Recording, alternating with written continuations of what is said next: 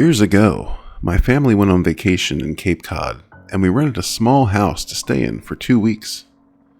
On the main floor was the kitchen, the living room, and a bathroom.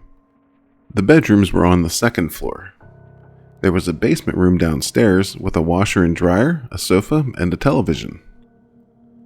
On the first night, we were all awakened by a terrible scream from my sister's bedroom. When my dad burst into her room and turned on the light, he found her sitting up in bed, screaming and crying. My parents sat with her and comforted her until she finally calmed down enough to tell them what had scared her. She said that she had been awakened in the middle of the night by a horrible stench. When she opened her eyes, she'd seen the entire bedroom soaked in blood from top to bottom. There was blood all over the floor, bloody handprints on the walls, and blood spatters all over the ceiling.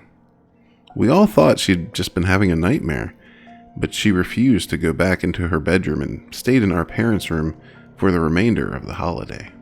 One evening, my mother was cooking dinner in the kitchen upstairs, and my father had gone out on an errand in a nearby town. My sister and I were in the basement room watching TV when all of a sudden the light bulb popped and the TV went off, leaving us in complete darkness. The basement was unfinished and had old stone walls, making a bit of a creepy place. For a few seconds we just froze, not knowing what to do. Then we started to smell something horrible. It was a terrible stench, and when it hit our noses we felt nauseous. It smelled like rotting flesh. The smell grew worse and worse, and then we just heard a scratching in the darkness. Something seemed to be scratching at the floor or the walls. We screamed and began scrambling around in the pitch black, trying to find the door. Eventually, we managed to open the door and ran upstairs screaming to our mother. We kept telling her about the disgusting smell, and we heard something scratching and scraping down there. My mother eventually agreed to go down to the basement, replace the bulb, and check out the source of the horrible smell. She took a flashlight and a new bulb and disappeared into the darkened basement as we waited for her at the top of the stairs. We expected her to return quickly, but she seemed to be down there for an eternity.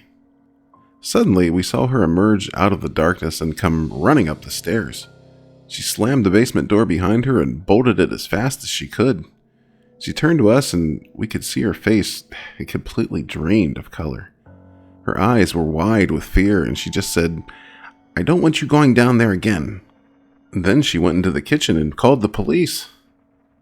We overheard her conversation on the phone and managed to figure out that she'd seen someone down in the basement room.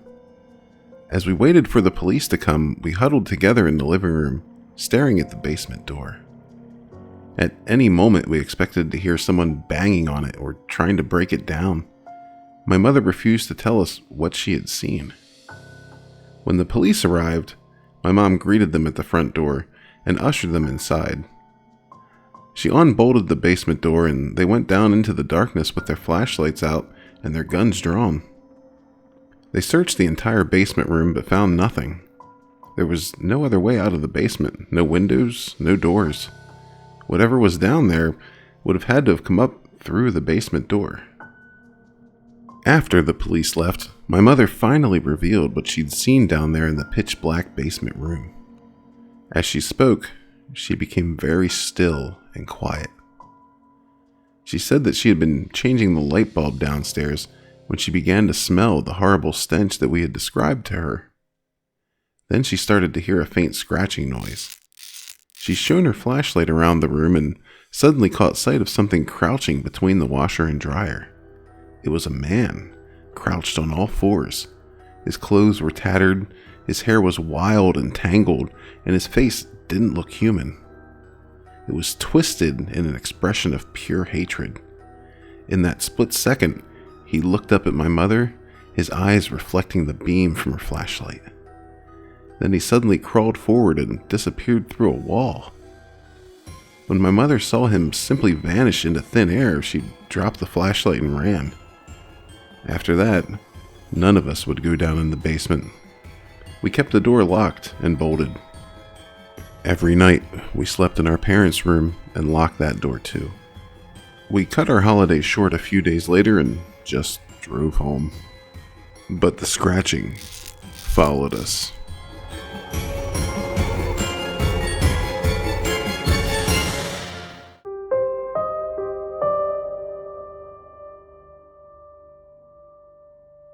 I honestly don't know where to even start with this, but I guess it really began when I was just a little kid.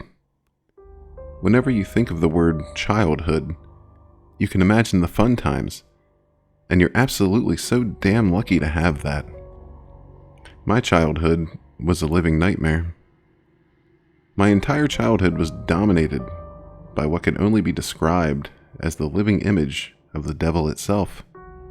You see, I was diagnosed with hypnagogia, a disorder that causes severe hallucinations that occur when one attempts to sleep, or at least that's what I was told.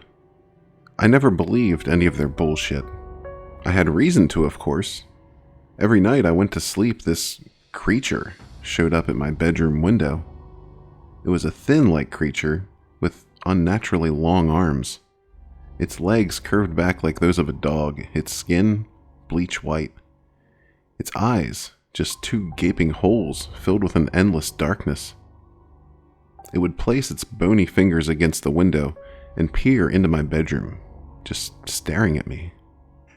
Every time it happened, I froze. I couldn't move or scream. I was told it was just one of my hallucinations, but how could a hallucination leave fog prints on a window? After months of therapy and experimenting with different kinds of medications, the hallucinations stopped. Flash forward 17 years later, I'm a 22-year-old man out in the real world. I live by myself in a modest little house that I worked hard for. I was happy with my life. I don't understand why things had to turn out this way. I was sitting on my couch watching TV when I looked at my phone. 12:07. Shit, I thought to myself. I have to work tomorrow. I turned off the TV and made my way to my bedroom. With my jeans and t-shirt still on, I threw myself on my bed. I was too tired to change. I closed my eyes and automatically felt something was wrong. It felt like I was being watched. I looked up at the window and felt my heart drop. It was him. That same damn thing that tortured me as a kid. It looked exactly the same as it did then. Same bleached white skin, same two gaping holes for eyes, and bony visage. I felt myself freeze up. It was like that the entire night. I was too scared to move. Eventually the sun rose, and the creature backed away from the window and crawled away. I remember passing out after it left. This continued to repeat over a span of 4 weeks. I didn't understand why any of this was happening. It would watch me the entire night, and I'd pass out in the morning from exhaustion. I lost my job after my boss got tired of me not showing up. I tried boarding up the windows, but upon my return, they would be removed, no matter how many times I tried.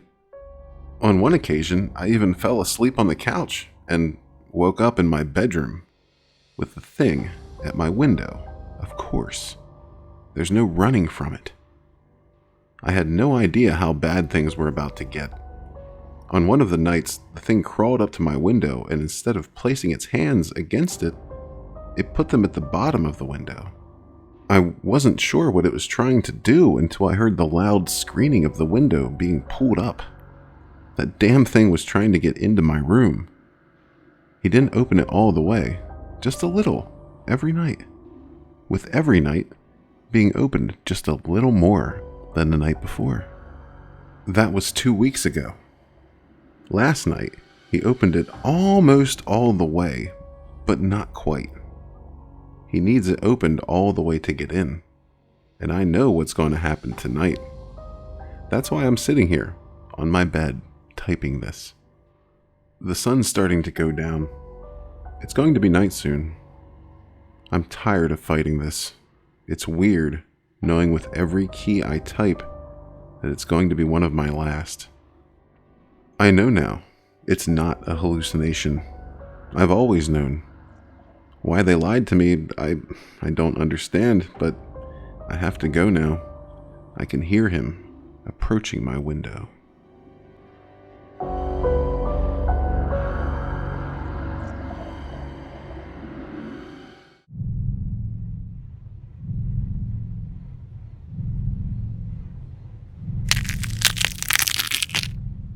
Unimaginable pain is all the Crackling Man knows. All that I know. These suburbs are new to me, but I've only just moved here. I know that I will have to leave this place after the first few disappearances. People will start to get suspicious. I shift in my spot inside the hedge. I see a man ahead on the street. He walks in the light of the street lamps, a swagger in his steps. I envy his physique, his frame, my twisted, broken frame hunched and mottled, only able to shamble and stagger. It's late. Midnight, maybe? Time doesn't matter anymore. The streets are empty, save for him. He stares down at his phone, oblivious to his surroundings. Good. It's better if they can't see me coming. I don't do well in chases. I shamble toward him, crackling loudly as I go. He has headphones in. He won't hear my crackling until it's too late. Crackle, crackle, crackle. I'm only a few steps behind him now, moving quick. I can see him in more detail, the slight bob of his head to whatever music he is listening to. I can make out a string of words on the back of his shirt. Brooksdale High School, it said. He goes to the local high school then. He notices me all too late. He turns, his face a mixture of terror and shock. He tries to run, to flee, but my twisted, broken arms grab him. I clutch his neck, and I twist him. His broken, lifeless body falls to the ground, but I am not done yet. I lift him up and snap him, breaking him, twisting him. When I finish, he is a mangled, broken corpse on the ground, and I stagger, breathing heavily over him. I pick up his body, heaving it over my uneven shoulders. I can't be wasteful. I still need to eat, after all. And I crackle my way back into the woods with my prize. A shame I couldn't catch any more. But besides, I'll always be back.